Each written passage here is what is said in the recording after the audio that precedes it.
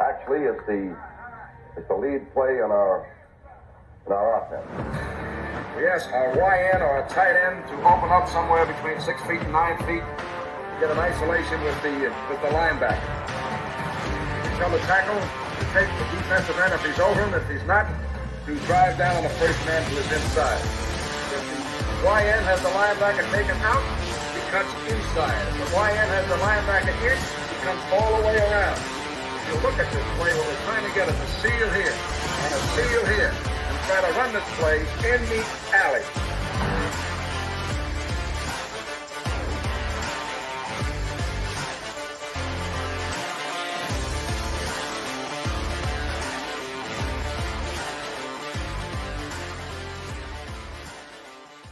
Hey, what's up, guys? Welcome into Packers Total Access. My name is Clayton. You can check us out on Packernet.com. Find me on Twitter at Packers_access. Email us, PackersTotalAccess@gmail.com. Text us, 865-658-5824.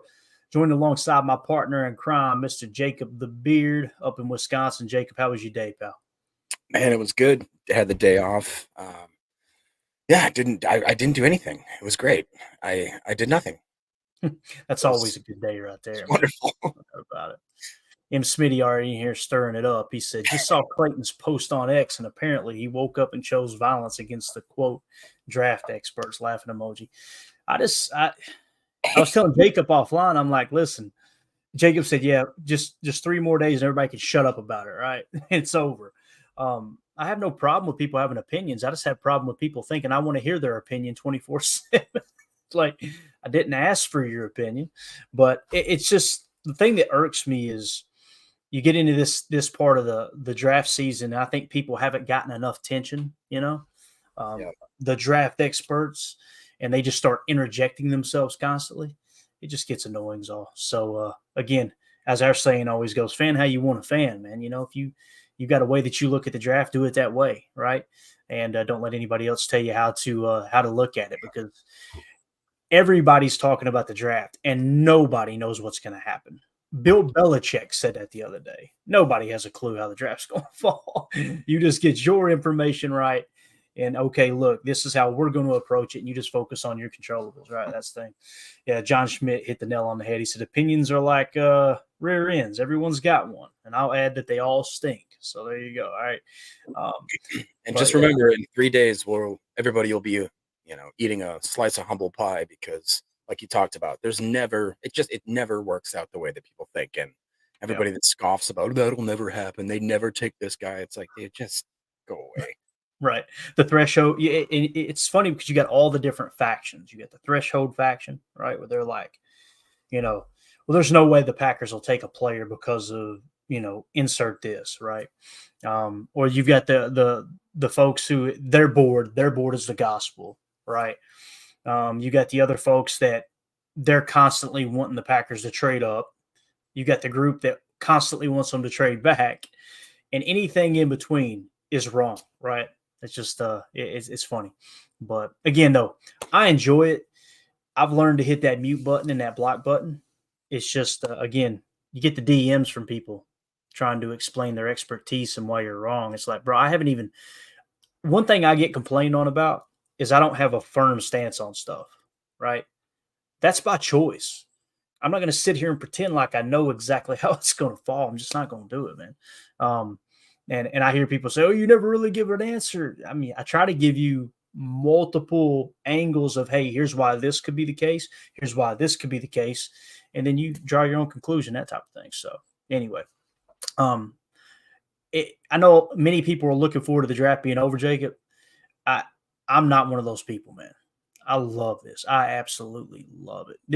To me, this is just as enjoyable as, I don't want to say the regular season, but once your team's eliminated, it's like once the Packers get eliminated from the playoffs, it's like, man, I could care less about the rest of the playoffs. Get me to the draft, It's just, to me, it's the pinnacle for sure. But I've always been the same way. I mean, like, as much as I love football, and I love football, I don't watch football if the Packers aren't in it. Like you talked about, like when I can't tell you honestly who won the Super Bowl the last 5 years, because after the Packers are out, I don't care. I just don't.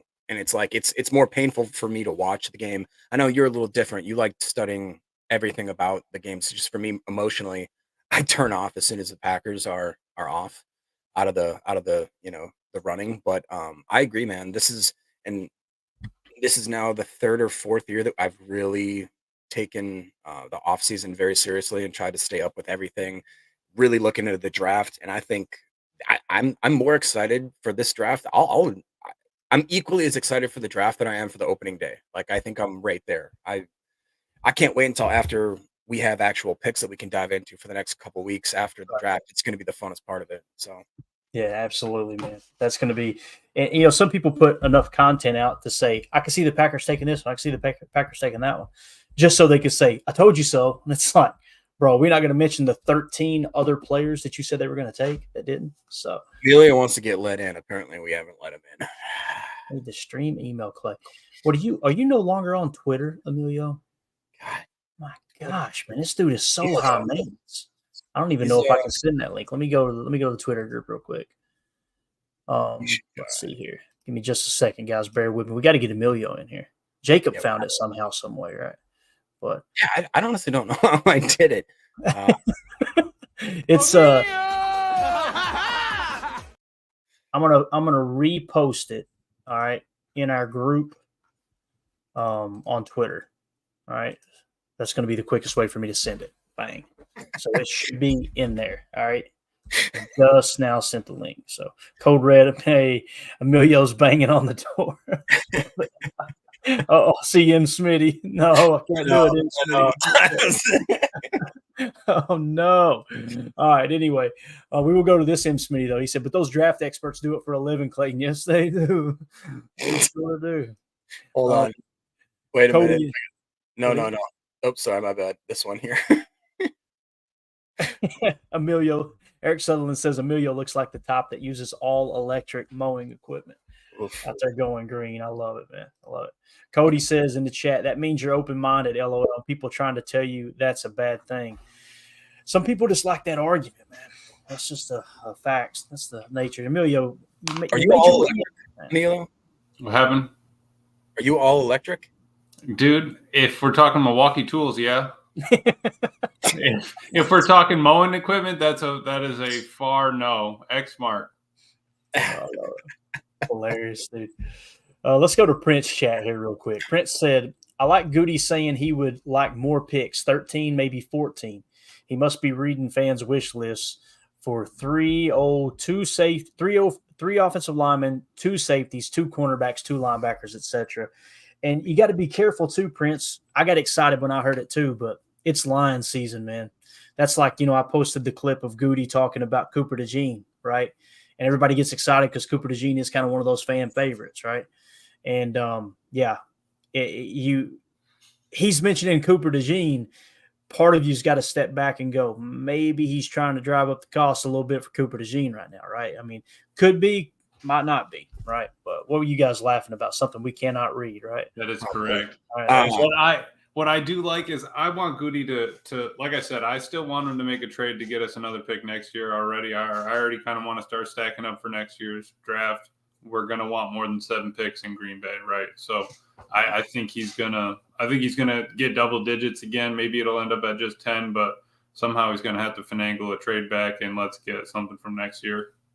Yeah. And the thing that I did the other day with the monster mock that I did, I've actually got it right here. I'm going to pull it up real quick. I know it was hard for you guys to read. I'm going to read to you guys exactly what it was here, just so you can kind of get an idea. So, again, we took Kool-Aid McKinstry with the 25th pick. We took Tyler Nubin with the 41st pick. And, by the way, Daniel Jeremiah's top 150 came out, his final top 150, and he had Tyler Nubin in the 52 spot. So all those people that were saying he's going to go 4th round, oh, no, he won't be a 2nd-round pick. He won't be a 3rd-round pick. Daniel Jeremiah, I was waiting for him to drop his and him say like 80 or 90th. You know what I mean? That's what I was kind of expecting. The fact that he put him at 52 was like, all right, we're right there in the wheelhouse, man. So if you want the best safety in the draft, and again, we're not saying he's a day one superstar, right? But he's hands down the best safety in this draft, at least on paper. Again, you got to go out there and do it on Sunday. You're probably going to have to overpay a little bit. And what I mean by overpay is you're going to have to reach just a touch because there's going to be a lot of other teams coming after him once you close in around that 40 mark, I would imagine. He may even go earlier than that. We don't know. But again, Daniel Jeremiah had him at the 52 on his vertical board. So I traded back like 4 times, right, just to work the horizontal board. And then I end up trading back up later. So you end up getting Junior Colson with the 66th pick. We got Braylon Trice with the 91st pick. We got Dominic Pooney. Dominic Pooney is really starting to kind of grab my attention a little bit. That might be the tackle that the Packers have their eyes on, him and Kyron Amagazi, depending on where he goes in the draft. I took Jeremiah Trotter Jr. at 96. Keep in mind, people are saying Jeremiah Trotter Jr. is a Mike. The 33rd team is saying it. I think I heard Ross Tucker saying it the other day that, yes, he is considered a mock, even though he's a little bit shorter.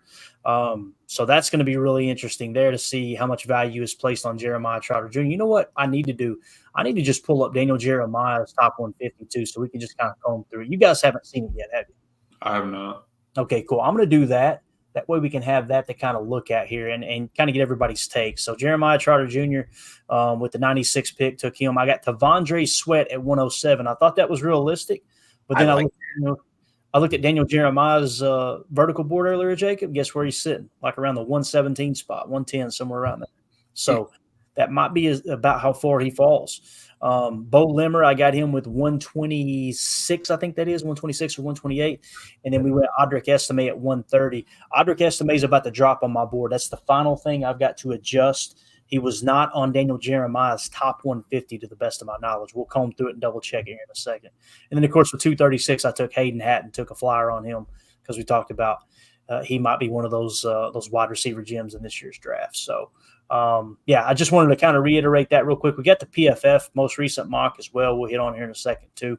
But, yeah, as far as the 13 to 14 picks, the whole reason I was showing that is because – you notice I traded back a bunch. I had a ton of picks, but the goal was to get back up and try to get as many of those players within the top 100 as I possibly could. So we ended up drafting 1, 2, 3, 4, 5, 6, 7, 8, 9, 10. What, 10? Yeah, 10 players. Is that right? 11 players. Is that what it is? 1, 2, 3, 4, 5, 6, 7, 8, 9, 10. Yeah, 10 players we took. So I think we got 11 picks now. So you still come out with 10 picks, and many of them in the top 100, a good chunk of them in the top 50, according to my board. That's kind of, I don't know, that's kind of the way I see it. Now, as far as trying to draft 13 or 14 people, Goody was pretty straightforward earlier talking about, hey, look, you want competition. But, right. Yeah. Anything you guys want to add to this trade back mock before we move on? I was just thinking, like John says here in the comments, he goes, I think he's referring to Andy Herman. He has a theory that they're going to trade back with Denver, try to get their first from next year. And there's a possibility that we could have the first and 32nd pick in Green Bay, which John's obviously that would be sick. Projecting a little bit there, but that's pretty awesome, I think, right? That'd be wild. They just traded for Zach Wilson. And again, I don't think that's them going, Zach Wilson's our quarterback of the future, but I do think it's someone that Sean Payton's probably watched the college tape on before the Jets got a hold of him and absolutely ruined him and probably going, you know what, we might be able to get something out of this guy. So who knows, man, you bring him in, maybe you let him start if you do draft a quarterback a little later in the first, whether it's Penix or I don't think McCarthy's going to be there. The McCarthy buzz to me, and I could be completely wrong. I'm trying to look back like on past drafts where buzz got created around a player right before the draft, and then lo and behold, they didn't end up going. You guys remember Will Levis was supposed to be like the top pick in the draft up until a few days before, right? And then he started to taper off. Another one that comes to mind was Malik Willis. There were people talking him up like legit top 5, top 10 pick. He falls out of the first. Right. I'm wondering if that's taken in the third even, right? So it's crazy how much fluctuation that they can have just by talking about it, and the fact that I do think that there's something to that, Clayton, for sure. Yeah. But there's always one or two out of everybody in this draft. There's going to be 10 hits in the first round, and then who knows beyond that, or else everybody would go first, right? Mm-hmm. Yep. Yeah. So M. Smitty's all about that, getting Colson and Trotter. Again, Colson is my best linebacker, even after adjusting everything from Daniel Jeremiah's top 150. I believe it still sits like that as well. I've got it, like I said, I got to double check everything. I'm going to send that out to the Patreon group. probably tonight or tomorrow. So you guys will have a PDF copy of my horizontal board. So you'll have that to use for the draft if you want to. We had a couple people in the Patreon group asking for that. So, and if you guys are interested in joining the Patreon group, you can find a link in the description of this video, or you can just go to Patreon and search Packer Fan Total Access. And anyone who is a member there of one of the 3 tiers will put you into the contest to win autographed memorabilia moving forward. It's just a way for us to give back to those who are supporting the stream. And night 1 of the draft, round 1, we're going to be giving away this autographed Paul Hornung jersey. Got the accolades, the nickname, everything sewn on the back as well from the Golden Boy here. So anyone who is a Patreon member, like I said, and here's the thing too, if you're a YouTube member, not a subscriber, right? Like, we want you to subscribe to the channel. I think some people heard that and they unsubscribed to the channel. But if you are a YouTube member, obviously the channel is not monetized at the moment. Go ahead and cancel that membership and jump over to Patreon, okay? And we'll make sure, like I said, everybody get that in before round 1. Really, we need it the night before, so Wednesday should be the deadline.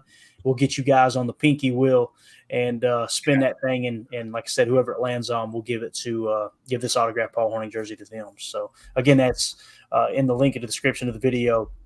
You will be able to find that link to Patreon. So appreciate y'all supporting us in that regard. So let's do this. We had Goody at the podium. Jacob, you were about to say something. Did you have something to say? Yeah, I just wanted to see what you thought about this. My our guy Randy Clevers here says, heard we're trading up with Indy 15 for our 15th pick for our 25th and 58th.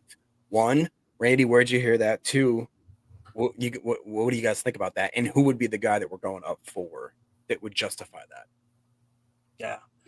Let's see. Let me see if I can find anything on that. Let me go Packers, Colts. I would think that if that's the case, he's eyeballing probably a corner, right? Quinyon, if he wants just a dog. Quinyon will be there at 15?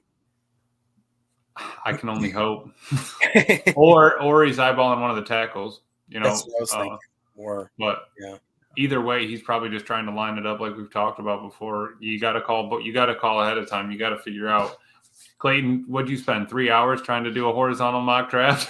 Bro, it was, and I'm telling you, I looked up and was like, when it was over, I wasn't like, gosh, that took forever. I was like, I can't believe I just wasted 3 hours doing it. I loved every second of it. Every second of it, man. Because it was just constantly, you're going to hear Goody talk here in a minute about trading back. And what you find is these clusters of players that you like. And you go, okay, I would be cool with any of those 4 players, right? So let's trade back a few picks, right? You trade back a few picks, lo and behold, those 4 players are still there. You trade back a few more picks. You keep picking up. Now, that's unrealistic. Of course, last year, Goody did that with Jayden Reed, if you guys will remember. That's exactly what he did. And he talked about it on this audio. Matter of fact, we'll start with that one. It's audio just him talking about Jayden Reed, and he mentions Tucker Kraft. And the reason he mentions Tucker Kraft is because it sounded like when he traded back, you got to be ready to lose that player that's the best player on your board because someone may grab him when you trade back. But also they were okay with taking Tucker Kraft there. So lo and behold, 1 round later, they get Tucker Kraft anyway. So it just shows you how when you look at the horizontal board and you see these positions clustered up, right, you're like, okay, I would be fine with either of these. It might be 3 players. It might be 7 players. Let's trade back, and we know we're still going to get kind of a pick of one of our top-tier talents. But let's do it. Let's go to Goody real quick. Let's see what he said about Jayden Reed trading back. I spliced a couple clips together here. Hopefully it ain't too wonky, and hopefully y'all can hear it. Again, I try to amplify it as much as I can, but the press equipment there for the Packers is kind of booty cheeks. Horrible. Yeah. You can hear the people asking the question just fine. Then it's like the part you want to hear. You can't, So anyway, here we go. Bill asked you about trades earlier. Curious from a process perspective, using last year's second round as an example. You take Luke at 42, you're sitting at 45. The Lions call, you move back to 48. You're sitting at 48, you move back to 50. In that time, Jayden Reed could have gone, right? And he ends up being your leading receiver. I'm curious, when you're in that kind of scenario, and you got guys there might be guys that are all graded the same, but you might like one guy more. Are you taking a risk that you could lose out on the guy you like best? Can you kind of explain how that works for you as you're going through it? Yeah, whenever you trade back, you have to expect to lose, the players that, that are on the board that you might be willing to pick at that spot. It's just, that's part of it. I think it's why we, you know, we work so hard at getting the value right of the players on the board is so that you can read it, and if you feel that it's strong and you can move back and still get, you know, someone you have the same kind of value on, you do. I think you got to be very careful of falling too in love with individual players. You know, I mean, that's just, I think you got to be careful of that. I mean, you have to be, I think, a little bit, you know, you have to think of these things not emotionally, but just kind of like, hey, we do a lot of work to try to get this value right. If the board is telling us we can move back, then we will, you know, so. So Jaden goes at 49, sucks, but you got another guy that you like, right? Yeah. Basically. Yeah. I mean, it's kind of like, you know, I mean, we took Luke Musgrave where we took him. We really liked Tucker and couldn't believe he was still there in the third. But, you know, if we would have kept moving back or, you know, or if Jaden wouldn't have been there, we could have taken him and felt really good about it. So, because, you know, those guys were rated, you know, right there. So, yeah, that's why hopefully you know, we were talking a little bit about it being boring. Hopefully you build the board and you go through this enough to where you have enough confidence in the board to follow it, you know. I mean, you know, we're all human and every scout in there's got favorite players up there. But at the same time, you know, we're trying to do what's best for the organization and the team, not for us individually. So. All right. So, yeah. And, you know, what he's talking about there is, like I said, when you trade back and you got an equal grade on a certain amount of players, right? And you've got a cluster of people that's sitting there. It sounded like, you know, Tucker Kraft was sitting there, Jaden Reed. They probably had a similar grade on them. And then Tucker ends up being on the board anyway. I think it's I love what he said, too. You got to be careful, fall in love with the player. And basically, when Wildy asked that question, he's like, man, what if you hadn't got Jaden Reed? Goody's answer essentially is, I don't care. I'm not in love with the player. I'm in love with, all right, we had other players that were graded similarly, right? Now, I can see the rebuttal of the argument would be like, well, you would have really missed out on he was your best receiver last year. I get that. But, you know, who's to say that the guy that you would have taken instead of him, if it hadn't been Tucker, it had been someone else? We don't know what his board looks like, right? We're not the Dallas Cowboys. We're not leaking out video where people are taking pictures of the board. Right. Or that Jaden Reed in a different scenario wouldn't have done what he did here. Right. So it's like Goody said, it's about getting that value that they have across the board at that time. And if you got the numbers game, play it. Yeah, absolutely. So when we look at the horizontal board here real quick, and I know it's going to be small writing, we can zoom in if we need to. I just want to kind of show you guys and gals what we're talking about. I'm going to have to go a little bit further to get the whole thing here.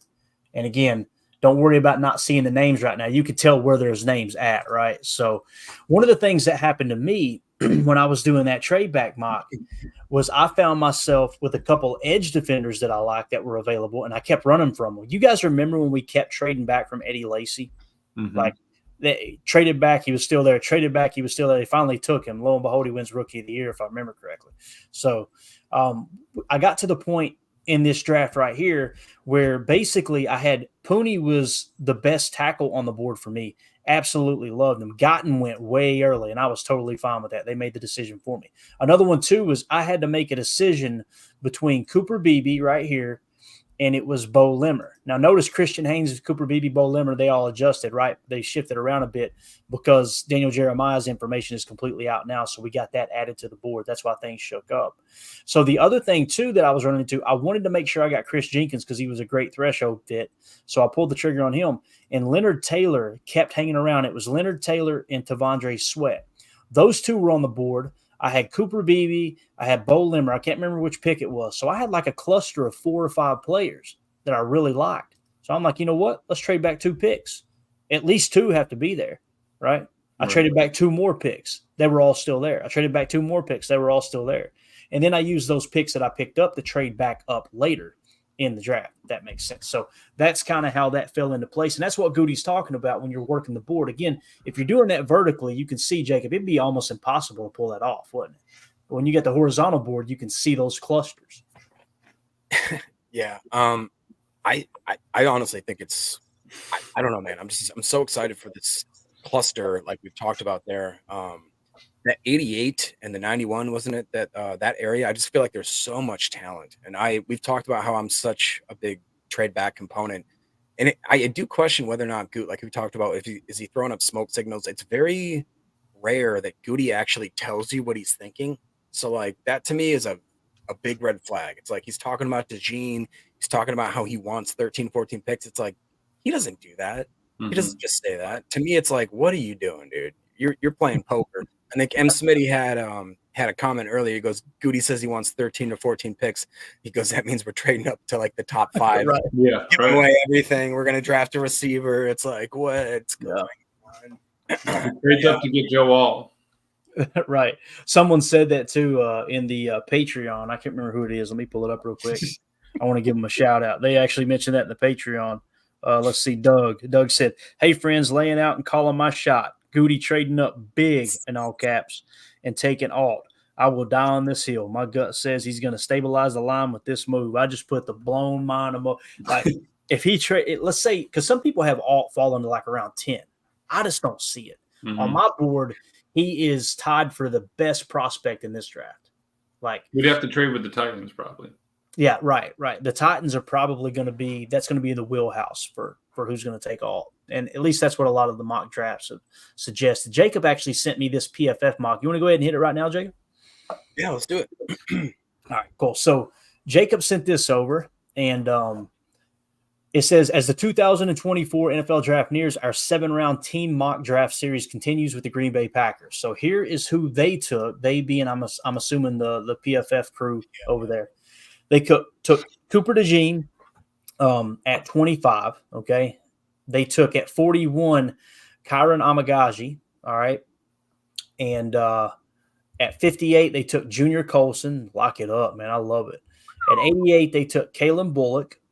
At 91 they took Sweet Baby Ray Davis.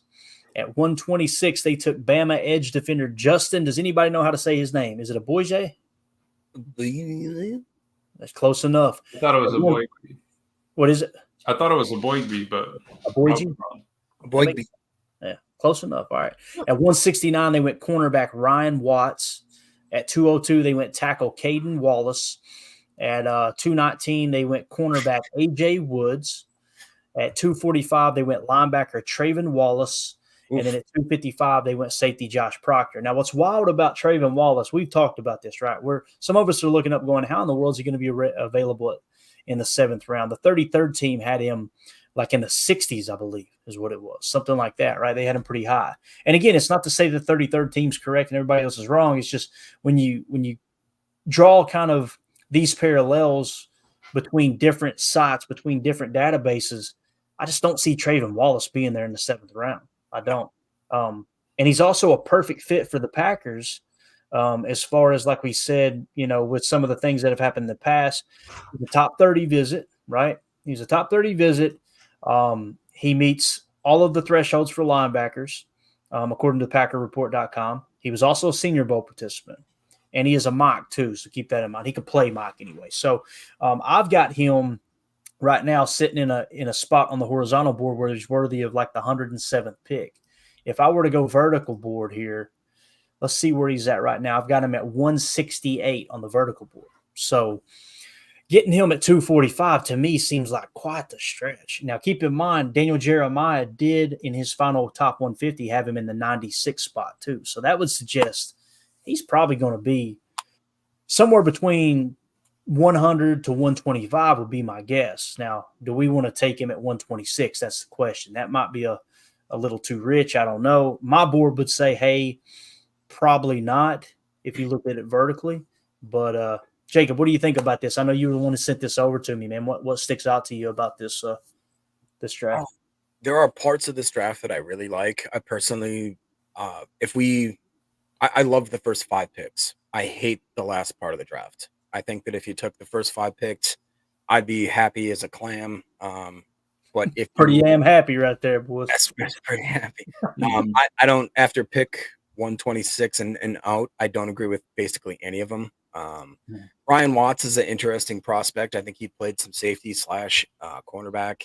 I don't like that value. I don't think Trayvon Wallace is going to be there past the 3rd round, to be honest. That's my opinion. Yeah. I love Ray Davis. I love Kalen Bullock. I love Junior. I love Kieran. I like Cooper. So if that were, like I said, if that was the way that the first 5 picks played out, I'd be jumping around for joy. But that last part of the draft, I feel like we totally number 2'd the bed. Yeah. So, chat, man, I swear. Cooper DeJean on my board, on my vertical board, he is in the 25 spot. So that is like right on the button. As far as Kyron Amagaji, I think let's see where he's at, because I had moved him around just a touch with the information that had dropped. Where is Kyron Amagaji now? Is he that low, really? I got to find him. It's going to drive me crazy. Let me see here real quick. Yeah, so Kyron Amagaji's in the 47 spot. So getting the 47th best prospect according to my vertical board at 41, that's right there in the wheelhouse. Junior Colson, of course. I've got Junior Colson in the 44 spot. We get him at 58. That matches up right around that area, right? Kalen Bullock is going to be interesting. Should have been DTD. Right. Let's see. Kalen Bullock, where are you, sir? Kalen Bullock, I've gotten the 109 spot, and we got him at 88. So that's a bit of a reach there, according to my vertical board. If you looked at it horizontally, you could probably justify it. Ray Davis, I think Ray Davis, like I said, he came in on Daniel Jeremiah's top 150. I think he was 81st on Daniel Jeremiah's top 150. He's 89 on my board. 89, and we took him at 91. That's just spot on right there. Mm-hmm. Let's see if we can find this cat that I know Jake gave us the pronunciation just a second ago, but Boygby. All right, you're gonna say it the rest of the night. All right, you have been nominated. So I honestly think I think Goody's still got his eye on JC Latham from Alabama for sure. Really? After listening to it, man, it just all kind of lines up to that for some reason. I don't know. That's just a hot take. Yeah, he's he's such a monster, man. And he's a little bit more ready. I think it was DJ was saying it or something. A little bit more ready to go inside. He's not a 6'8" monster. He's a 6'6" monster, and he can play that. He's more ready to go right now, right this second. Mims is still that project. All of those things. So yeah, for sure. Let me see. I want to pull up that pronunciation again. Boygby. Is that right? Or Boygby? Boygby. All right. So Boygby is on my board at 129. We got him at 126. That's wild. That's spot for you. You're doing good. You're doing real well with it. It's right there on it, man. It's pretty wild. Not bad for a redneck, right? What about Caden Wallace? I'm sure he probably played with Rashid. That'd be interesting to see. Let me see if I can pull I got Ryan Watts pulled up here. Ryan Watts is the first one that's really like, on my board, Ryan Watts is sitting in the 263 spot. Does have a higher RAS though. So he was outside of Daniel Jeremiah's top 150, which is kind of understandable, taking him there at 169. So again, I've got him at 263. That's the first one that really doesn't match up. Now let's go to Caden Wallace. Caden Wallace, I've got in the 190 spot. They took him at 202, so not bad. Then you got AJ Woods. I'm hoping one of these guys aren't on my board so I can AJ Woods is not. Got to get him added to the board. So I don't have AJ Woods on my board. And then Trayvon Wallace, of course, we talked about Trayvon Wallace. I got him in the 168 spot. Mm-hmm. We took him at 245. Again, I don't know if he'll be around that long. I think that's a little bit realistic. And then Josh Proctor. Let's look at Josh Proctor real quick. Amelia, you know anything about Proctor? Ohio State guy. He's, I think, prototypical size. You always wonder, like, that I can see the Packers taking him just because of the fact that, like, those Ohio State, anytime you're with that big, I hate saying Big Ten because it's not even 10 anymore. It's like, right. So odd, isn't it? like, it's just weird to say. But anyways, he's going against top tier talent. And Josh Proctor, for him, Ohio State safety to fall into the 7th. I wonder what Jake thinks about him. I've read stuff that No, was it the 7th? Oh, okay. No, my fault. I thought it was the 6th. But for him on NFL Draft Buzz, they have his height 6'2", 199, hands 8'3", arms 32, span 78. I mean, he doesn't have a great 40. So I could see why the 40's at 4.55. So it's right down the middle there, 56th percentile. His vertical is only a 32.5. That's 14th percentile.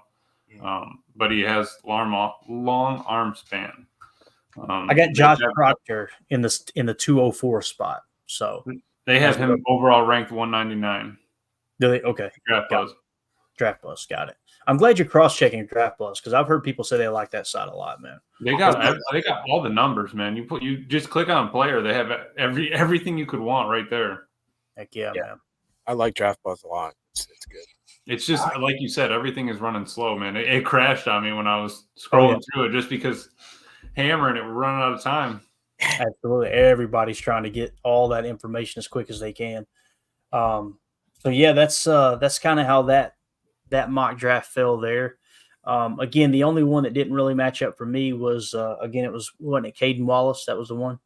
So Ryan Watts was Ryan Watts. So yeah, I think the board, I'm happy with the way it's come together this year.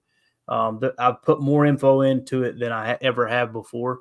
So it's pretty cool that it's kind of balanced out real nice. And Daniel Jeremiah's top 150 today really cleaned my board up a lot. It's like some of the things I was going, it's a little high, that's a little low. It was just like it balanced it out perfect, man. Really, really like the way that looks. So, and again, the big thing for me was I was waiting for what Jeremiah had to say about Tyler Nubin and the fact he put him in the 52 spot. I was like, thank God I'm not losing my damn mind because I'm hearing people say 4th round and I'm like, and maybe he will go, right, that late. But it's just nice to know that Daniel Jeremiah is seeing the same thing I'm seeing there, saying, all right, right around the top 50 pick. If he had crushed the RAS, that dude, that's a whole different ball game there, man. The tape was there. The production was there anyway. So, Emilio, you got anything else you want to add real quick before we play another Goody clip here from the presser today? I was just looking at Caden real quick.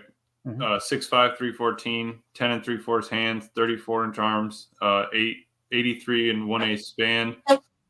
Dude ran a 5'1", 540 with a 31 vertical and a 11.6 broad jump, 98th percentile. So that, and his 10-yard split was a 174 with 75th percentile. I don't mind the numbers at all.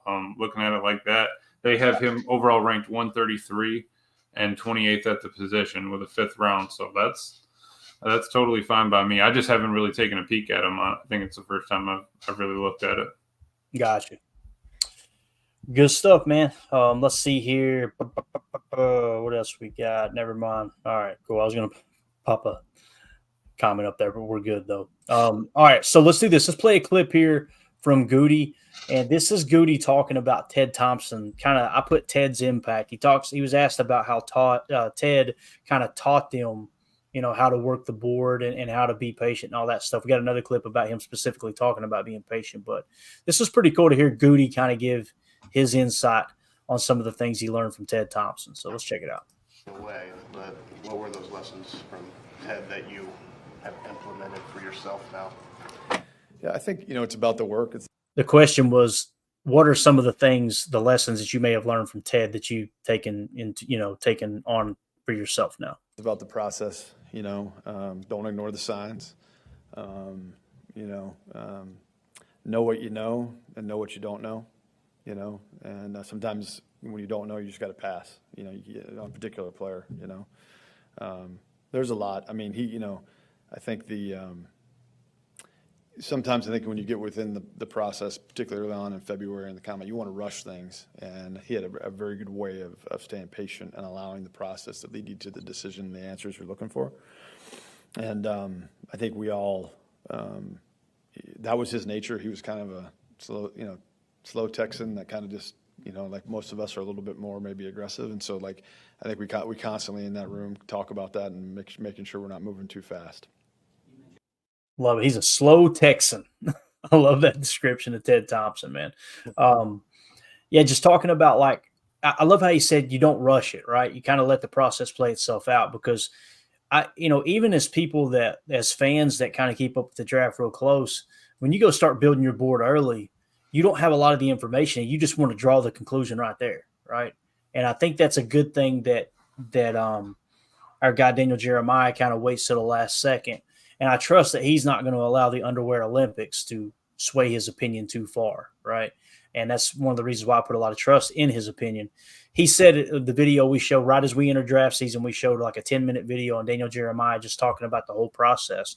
And that's what he said was like, the game tape is the most important thing, right? It's the most important thing. The combine, the measurables, all that, the combine and the pro days, they have their place, but the tape itself is what's most important. And I think it's cool that, like what Goody said there, man, just allowing things to kind of come to you there and not trying to. And I love what he said, Jacob. He said, know what you know and know what you don't know, right?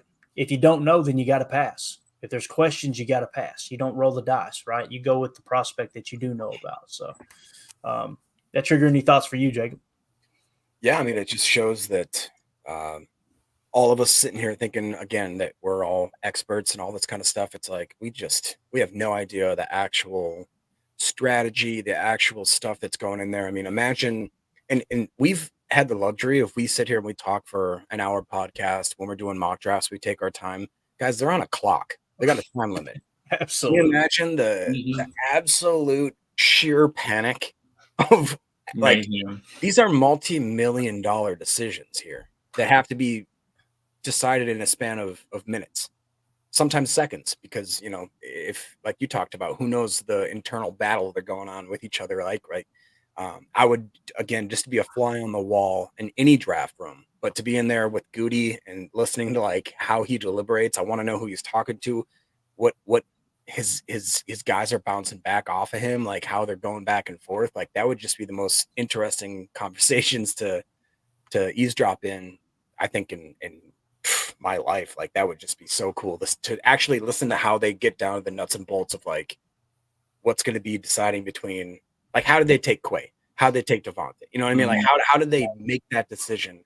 And did it come down to the wire? Was it like Kevin Costner in the movie where they're like, yo, nobody went to his birthday party? You think he slapped the table and said, well, y'all please be quiet and let me do my GD job here? Exactly.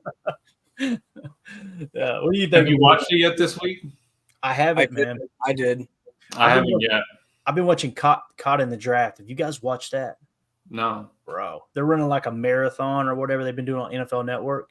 It goes back through the old drafts and they do like documentary series on the specifics of the draft. It is phenomenal, man. Absolutely phenomenal. Yeah, sorry, I didn't mean to cut you off though, Emil. Yeah, no. I was one wondering because I haven't watched Draft Day in a little bit, so I'm gonna have to I'll have to put it on the tube here. But I like Goody because he's honest with us in the fact that, dude, you're putting all that work into this board. You're putting all the work into reviewing the players, watching the tape, having, 10, 15, 20 people out scouting across the country, across the world sometimes. Like, that's why you did all this work up until this day. It's like you wrote that paper for this one class at the very end of the semester. This is what you turn it in, what's your grade going to be. And, there's no revisions. You can't go back. There's no do-overs. You just gotta have a little faith. You gotta have a little confidence. You gotta be ready. You gotta be ready. So I like that they do put that work in and that he's not afraid to pull the trigger on those things. Yeah, Jake Chavink. I want David blank Putney just because I feel like it.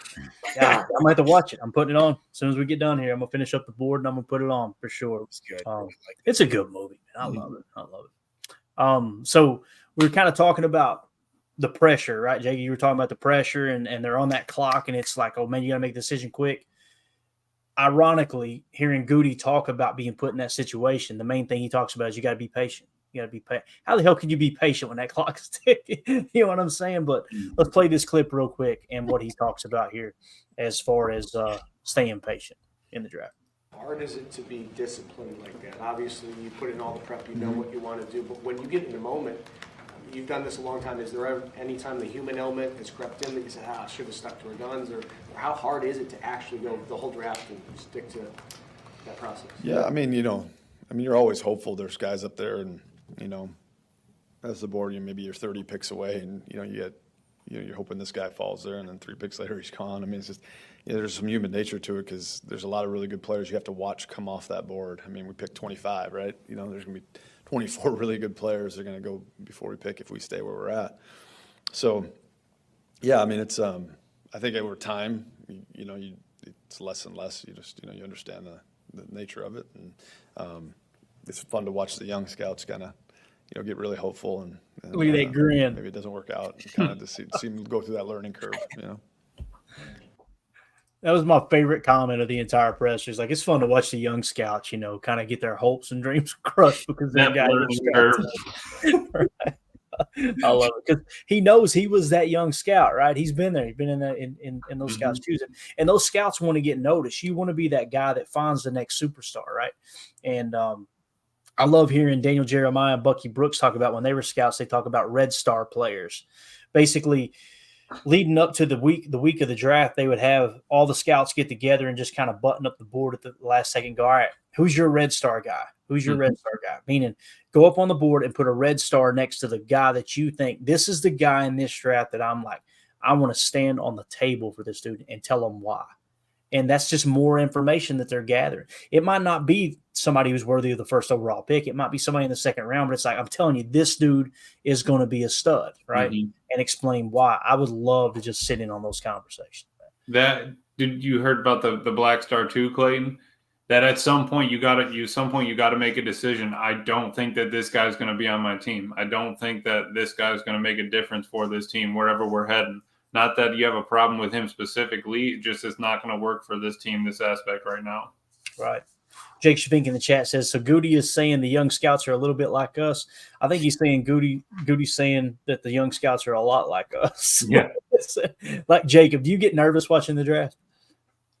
Nervous? I mean, yeah, in a way. I mean, yeah, I do, I guess, just because I don't know, man. It's more than anything, like you guys know me, I'm more of an emotional fan. Like I love watching the first round specifically because you watch these guys sitting there, like just watching their lives flash before their eyes. And then it's even greater, like when you see those guys that have the great come up stories, the guys that like went through so much adversity, the guys that like Ryan had talked about on his pod where their mom, single mom or whatever it is, their dad died, whatever it is, they drive them 2 hours one way to get to an academy, like, high school so that they could get the recruits, to get the offers, to get that to the next step. And then they went to college and then they slaved away through college trying to do, anything they could just to get drafted. And it's amazing to see, man. I mean, if you could throw, like 50 pounds, 3 more inches on me, I wish I could have experienced the way that the draft, especially that, I mean, speaking of me being nervous, imagine those guys sitting there in their suits with cameras on them, millions and millions of people watching them. And like, you have to try to be cool. You don't trip, don't fall over. You got to get the handshake right. You can't make Roger Goodell look like an idiot. Like it's just all this stuff you got to think about. So no doubt, man.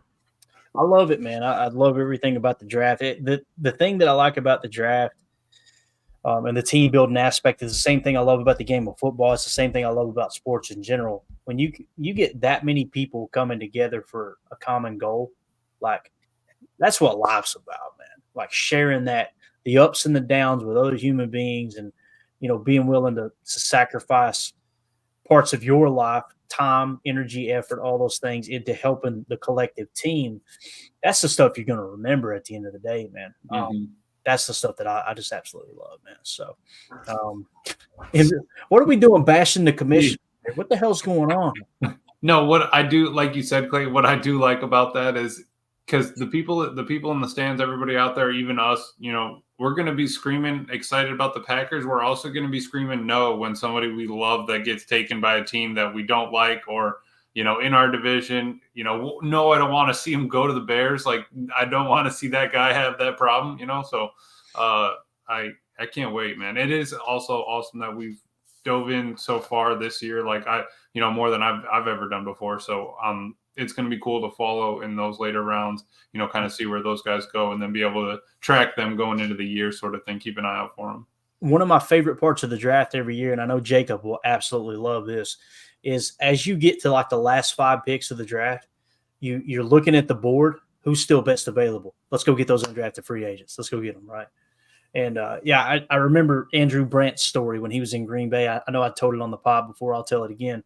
And I'm just kind of obviously paraphrasing, but I don't remember it word for word. But he said, basically, for anybody who don't know, like undrafted free agents, sometimes once you get to like the 7th round, the 6th or the 7th round, players almost want to be undrafted free agents because they want to be able to pick the situation they go to, right?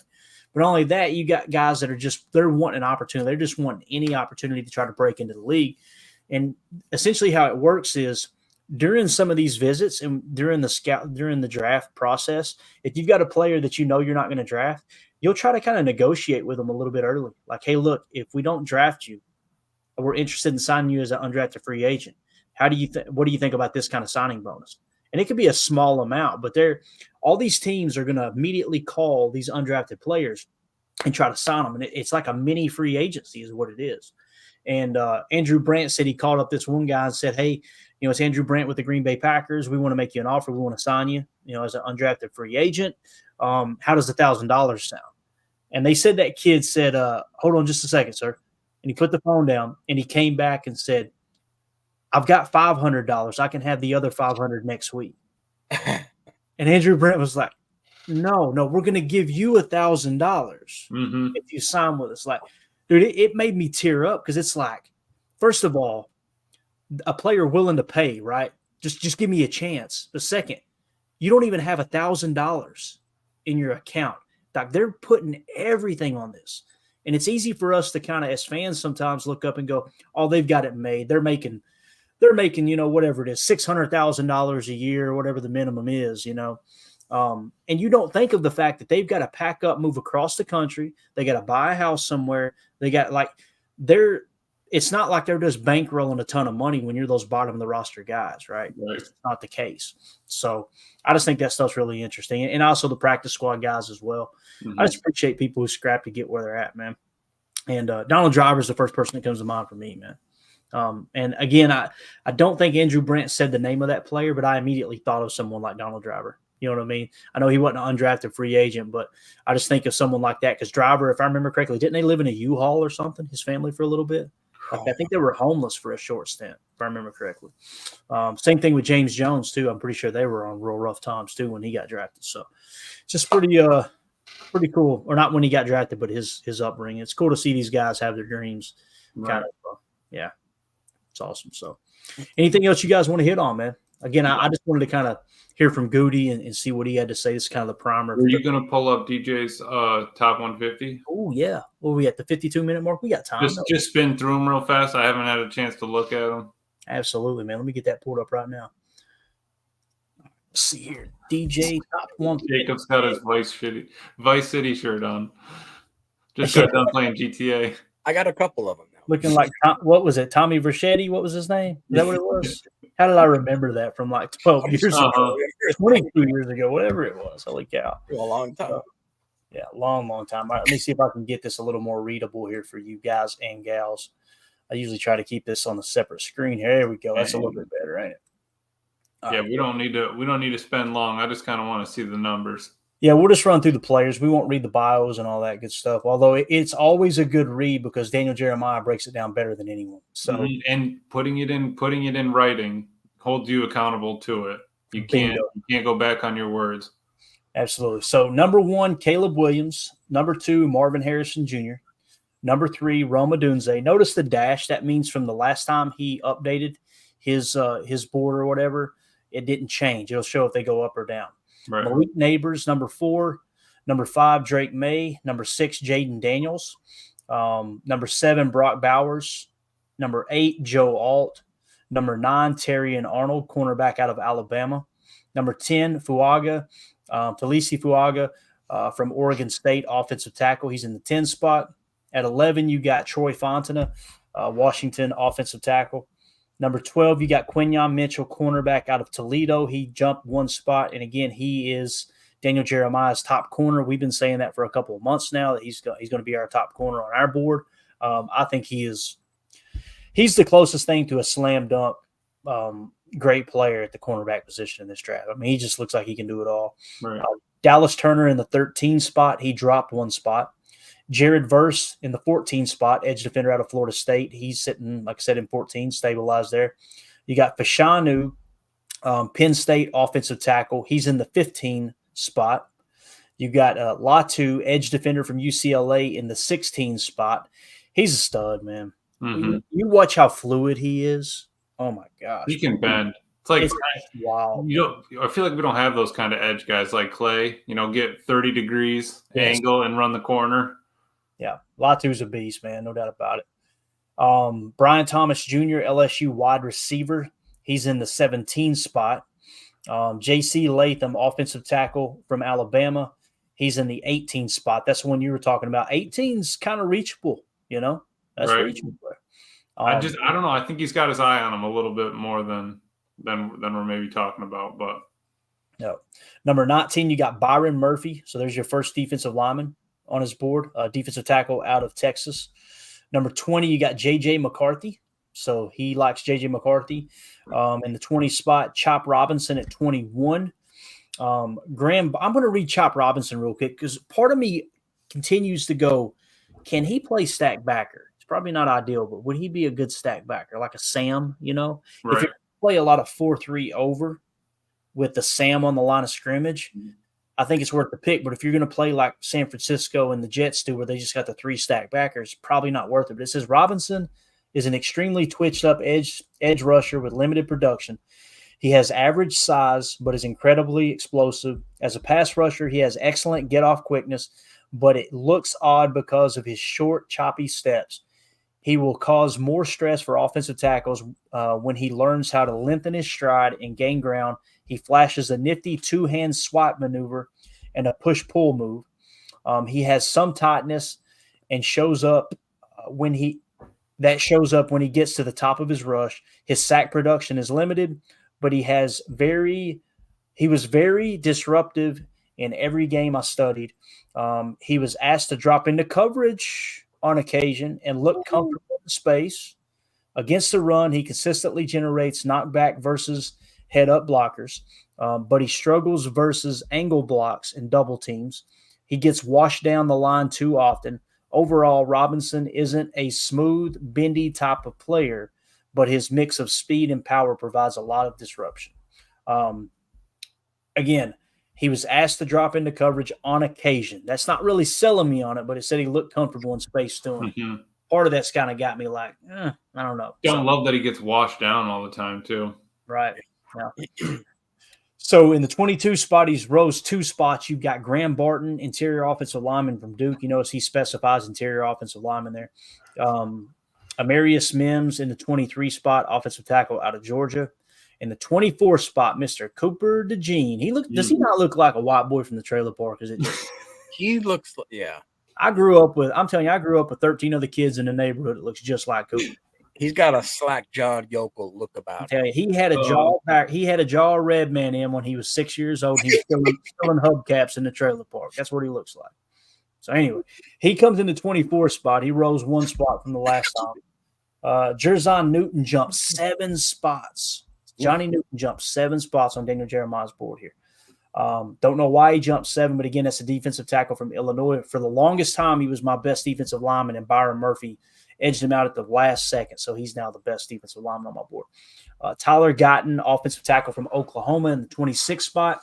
This is the guy that many people, you guys seen on my board, right? I've got him sitting somewhere around the 40 spot, so it'd be a bit of a reach, in my opinion, for that 25th pick. But when you look at it horizontally, it's like, okay, that makes a lot of sense.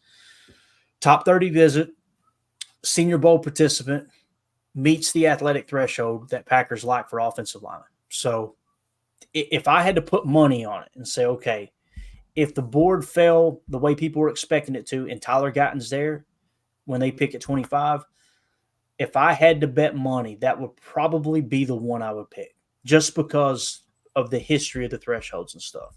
Now, if someone much higher than him on the board drops, that's a totally different ballgame, obviously. But that's kind of how I'm seeing that there. And the same thing with Trayvon Wallace, linebacker out of Kentucky. He meets all the thresholds, top 30 visit, Senior Bowl. Kind of feeling like if anybody's going to reach for Trayvon, it might be the Packers there. So 27, you got Adonai Mitchell. Most people call him A.D. Mitchell, wide receiver out of Texas. He's in the 27 spot. 28th, you got Kool-Aid McKinstry. He jumped 8 spots on Daniel Jeremiah's board.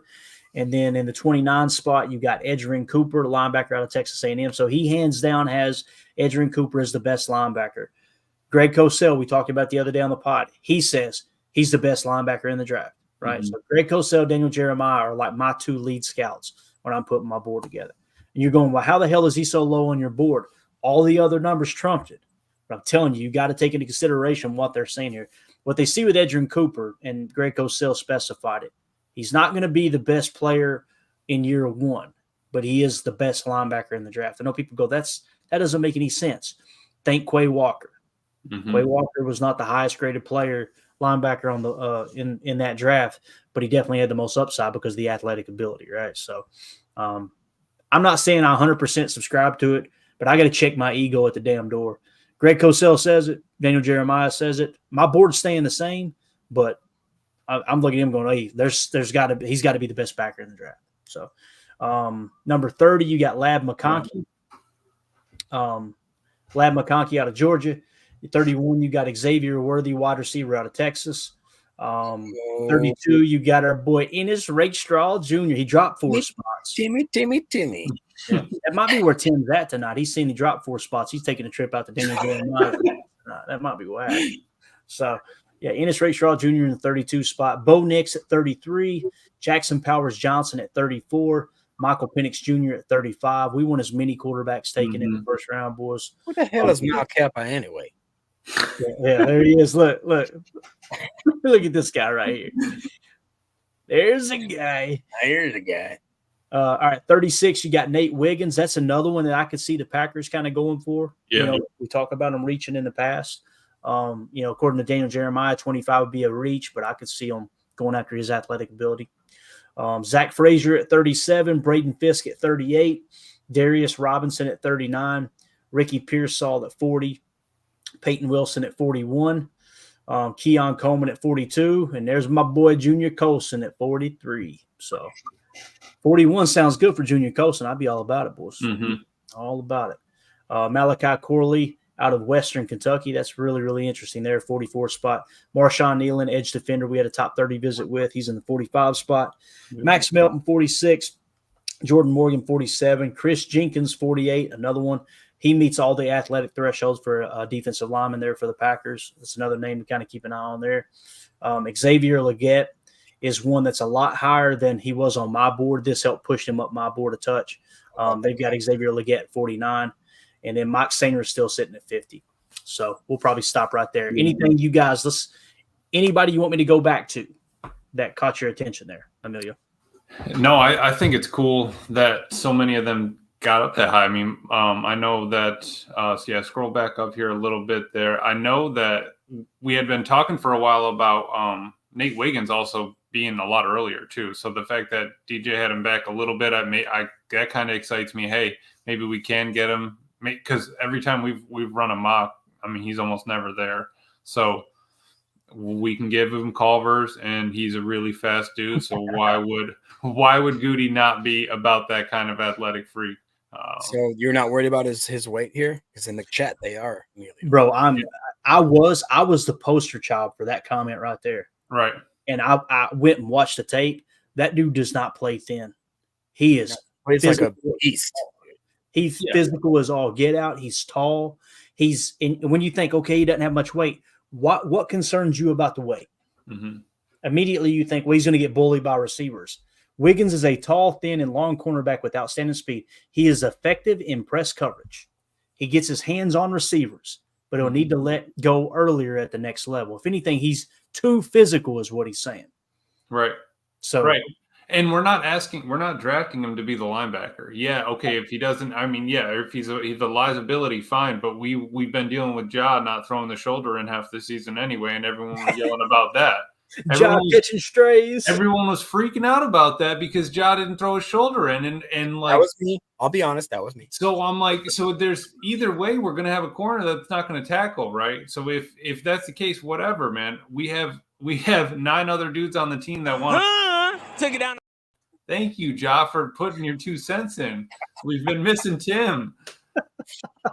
But, I mean, seriously, like if we're going to draft a box safety, if we're going to have a safety play in the box, if we're going to have 3 linebackers in the middle of the field, do we need the corner to come up and make every run stop?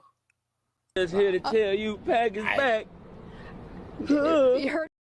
You heard it from a fan. You heard it from a fan. When you look back on last year, man, we had some awesome moments, bro. Like it went by so fast. The really drops that we got, man. I mean, before the season even started, we had the drop. 65%. 65%. That's what we. 65% of his trips of his meals going into the season are going to be at Culver's. All right, the rest of them are going to be at Quick Trip, and we're fine. I'm saying. Clayton's lost it. All right, Jacob. Anybody you want to hit on before we wrap this big bear up? Oh man, I hit on enough dudes tonight. That came out wrong. Molly, where's it at? I'm sorry, I got to do it to you. That's what she said. Nah, we ain't gonna give you one of these since that was so creepy. Giggity. Okay. Wow. That's fair. That's fair. All right, let's get out of here, man. We're over. We're over on time. Surprise, we're over on time. But I'm glad we got to dive into that a little bit too. I got to button this board up and get that finished so I can get that out to the Patreon members. So shut up, Jake. Clip that. Oh man, we've had some good ones. There we go. There it is. I knew it, Jacob. Open the floodgates, Jacob. You might as well end the stream before the. Thank you. I love it, man. It's funny. I haven't been on the drops in so long. I'm going through here going, man, we got some good stuff in here. Tim's the one always good at it. They're gold, dude. They're absolute gold. This is the best one, I'm telling you, though, man. Oh, wow. Oh, yeah. No, Tim is the best at drops because if we put up some of these chats that we have. No, we can't do that. Giggity. That one definitely qualifies for a giggity. All right, we're out of here, guys. Appreciate y'all hanging out with us. Eric Sutherland has ruined the chat. He's ruined the night. What he does. So, oh my God. Eric, you got the nastiest mind on the face of the damn earth, bro. I'm gonna hit you with one of these, Eric. Here's some advice for you, Eric. Wash your hands, wash your butt, man. That's it. That's all. That's it, dude. So, all right. We will be back tomorrow night, guys. We're closing in. Tomorrow is what, Tuesday? We're wake up tomorrow. We got 2 days, right? We're ready to roll. We got everything we need for the live draft broadcast. I'm excited about that. It's going to be an absolute blast. We're going to have you guys a live draft tracker on screen. We're also going to be able to pop up my horizontal board at any point. My man Emilio is going to be working PFF and Draft Buzz. Jacob's going to be handling the chat. I don't know how this is going to go. And Tim, of course, like I said, he'll be working the tracker for us. So we'll be able to – we're going to make it very, very interactive. I know sometimes you find yourself watching the draft and it's just kind of like, okay, this is dragging on. We're going to have a good time with it. And about halfway through the first round, we're going to give away that autographed Paul Hornung jersey as well. So, and then at the end, you got anything you want? What's that? I said, and at the end of the first round, Goody's going to trade out, and we're not going to take a pick in the first day, and then we're all going to be spiraling. That would be the perfect. To me, I would be like, thank God. I'm telling you, trade back, man. I'm all about trading back. And then we would have a party Friday night and Saturday afternoon. It's already going to be wild for the second and third round. Friday night's going to be awesome. Like you said, Saturday afternoon too. We're set up so if everything goes as planned, Emilio will be here for Friday night's festivities as well as Saturdays. So we're going to make it fun. It's a grind, man. When you go rounds 4 through 7 for sure. So there you go. 3 sleep. Prince says 3 sleeps till we watch the other teams pick. 4 sleeps till we pick. I like it. And then when we make that pick, we'll all be like this. Who? Somehow still, yeah. Yep. And then Goody will walk to the podium like this. Who in the hell is Mel Kiper, in a way? Rest in peace, Bill Tobin. Thank you for that drop, sir. Gosh. All right, we're out. For those of you listening on the pod, thank you for making us a part of your day. As always, let's go out and be the change we want to see in the world. Eric Sutherland, clean it up. Go Pack, go. The power sweep. Actually, it's the lead play in our offense. Yes, a YN or a tight end to open up somewhere between 6 feet and 9 feet. Get an isolation with the linebacker. Tell the tackle to take the defensive end if he's over him. If he's not, to drive down on the first man to his inside. If the YN has the linebacker taken out, he cuts inside. If the YN has the linebacker in, he comes all the way around. If you look at this play, what we're trying to get is a seal here and a seal here. Try to run this play in the alley.